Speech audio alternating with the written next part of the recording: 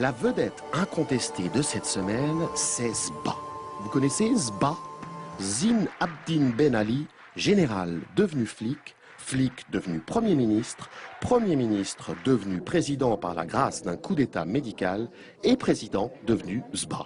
Caricature de despote kleptomane accroché au pouvoir comme une tique à son petit déjeuner. Sba a un truc, il ne vieillit pas. Sba en 1987, quand il prend le pouvoir, légèrement grisonnant. Un an plus tard, il n'est plus grisonnant du tout.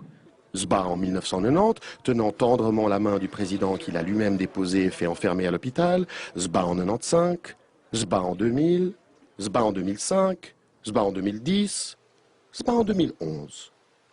Sba, c'est cirage sur les cheveux et botox dans les rides. Mais c'est aussi des baffes bien réelles dans la gueule de celui qui lève un sourcil et des balles bien réelles dans le cœur de ceux qui osent élever la voix. D'ailleurs, les Tunisiens non plus ne vieillissent pas. Sba ne leur en laisse pas le temps. Mais surtout, Sba fait partie de la confrérie très florissante des présidents qui pillent leur propre pays sans le début d'une esquisse de scrupules et sans prendre la peine de se cacher. Tout ce qui est rentable en Tunisie, des écoles aux compagnies aériennes, des empires immobiliers, aux groupes de presse, des concessionnaires auto, aux clubs de foot, des banques, aux hôtels de luxe, tout a été distribué comme dans un conte de fées sinistre aux 4 maris des 4 filles du dictateur et à sa femme Leila et à la famille de celle-ci. Encore et encore et encore jusqu'à ce que...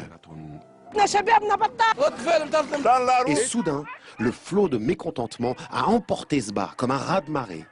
Il a commencé par tirer sur la foule, puis il a viré le ministre de l'Intérieur, puis libéralisé Internet et promis qu'il partirait au bout de 3 ans avant de déclarer l'état d'urgence et finalement prendre ses milliards et s'enfuir, tel le légendaire voleur de poules.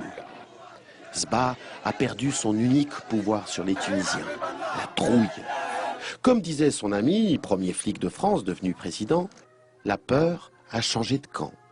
La France pourra s'enorgueillir d'avoir soutenu le tyran jusqu'au bout.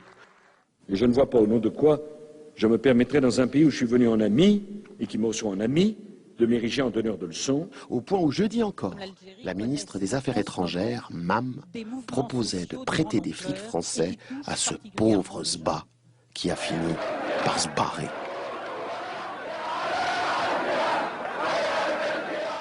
Et je vous rappelle l'image du jour, ces scènes